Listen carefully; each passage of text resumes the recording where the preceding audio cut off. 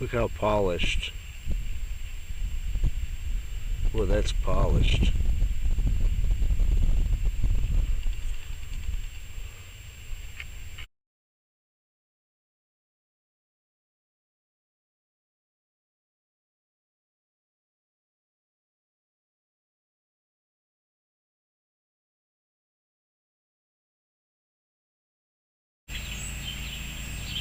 Okay, this is the stone that I picked up.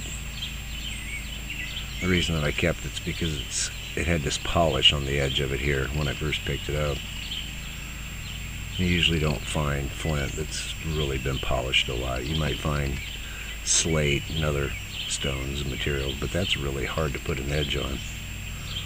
So that says that somebody spent a lot of time with this rock before I found it. But it's curved. It's got a cutting edge, a chopping edge on the front. This is typically what you see when you get into woodworking, is an edge like this. You don't see the real sharp edges that you see on the celts, or what they call an adze. Those are skinning tools. This is a hand adze, I do believe. It's for knocking the charcoal off of a log. When you make a canoe, you lay the log down, you build a fire on top of it. When it turns to white ashes, you go through and you take out all the charcoal. It's an easy way of doing it, rather than chopping green wood. So I think that's probably what this is. And the remarkable thing is after I had thought about that, I was holding it in my hand and I put my thumb down along that groove there. I was just checking to see how it fit my hand and what it could have been used for. Looks like a canoe to me. Dugout canoe, possibly. It's got a nice little cup in the top of it.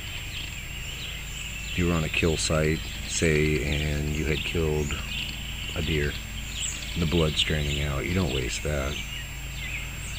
Catch it in a small container like this, drink it up. It's got a lip mark right here, like it's saying, put your lips here, and it's squared off. And it does make a nice little cup with your thumb on that side. You can take a drink. There's another lip mark here. Give your child a drink. Nothing was wasted. But it looks, to me, that looks like a canoe effigy. It's got all these chips that come down along this edge, all the way across the back. If you put your thumb on that high spot and look at it, it's got that arrowhead shape. It's got that preform shape. And a lot of times you can look at that shape that they left, the impression that they left of an arrowhead in a stone as they were working it down. And you can get an idea of what time period you're looking at. Looks stem to me. So that gives you an idea. Transitional maybe. Just an observation. But it's got the bird. And it's got a groove here, I noticed. Like it was hafted. And if you follow that up, it's on an angle. Like when they attached it. Whatever they attached it with, to me, I think was on an angle. Probably a stick like this with just a split in it, and then this was stuck down inside the stick, and half of it was on the other side, tied across the top where these notches are. Possible atlatl hook when you start talking about putting it on a handle.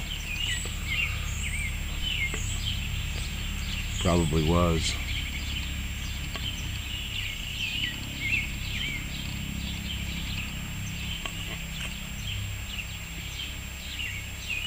The bird shape is The tail is more pronounced, I think, with a handle on it, looks to me.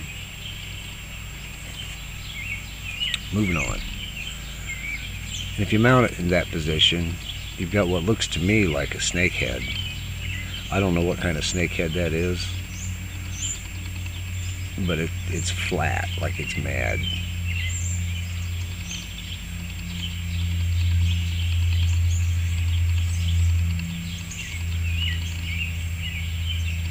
It's got the canoe.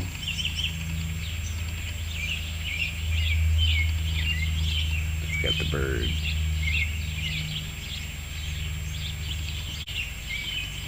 It's got the snake.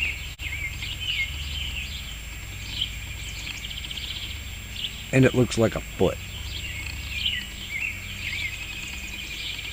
If you were going to make a moccasin for a child, you could use this. Just wrap your rawhide around it, cut it to where the shape is right, stitch it together, and you get yourself a moccasin. Don't even have to hold the kid still anymore. You just get your stone out. But when I saw this polished, I knew that somebody had spent a lot of time with this stone and thought it was worthy of a video. Tell me what you think. Bird? Snake? Canoe? Foot? Leave a comment. If you like the content, go ahead and subscribe. Give me a like. I'm going to do some more videos, I think, on effigies, because I find them fascinating.